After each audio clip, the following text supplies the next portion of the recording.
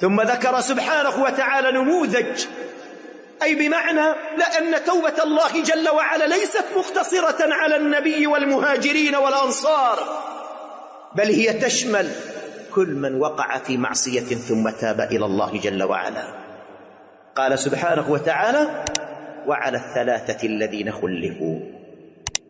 خلفوا حتى إذا ضاقت عليهم الأرض بما رحبت وضاقت عليهم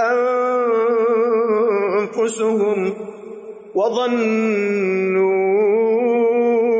أن لا ملجأ من الله إلا إليه ثم تاب عليهم ليتوبوا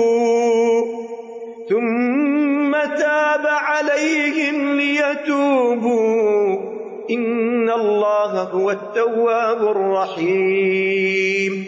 ثم بعد أن ذكر ربنا جل وعلا هذا الأمر قال: يا أيها الذين آمنوا، إلى قيام الساعة في عصر محمد فقط، يا أيها الذين آمنوا اتقوا الله وكونوا مع الصادقين، كونوا مع هؤلاء التائبين، كونوا مع هؤلاء الراجعين، فهو نداء عام من رب العالمين سبحانه لجميع المؤمنين أن يتوبوا إليه.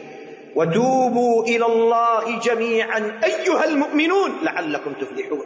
ولذلك لتعلموا أيها الإخوة لماذا سميت سورة التوبة بهذا الاسم، ولفت للأنظار والقلوب والأسماع إلى أن ربنا جل وعلا يريد أن يتوب علينا، والله يريد أن يتوب عليكم، ويريد الذين يتبعون الشهوات أن تميلوا ميلا عظيما.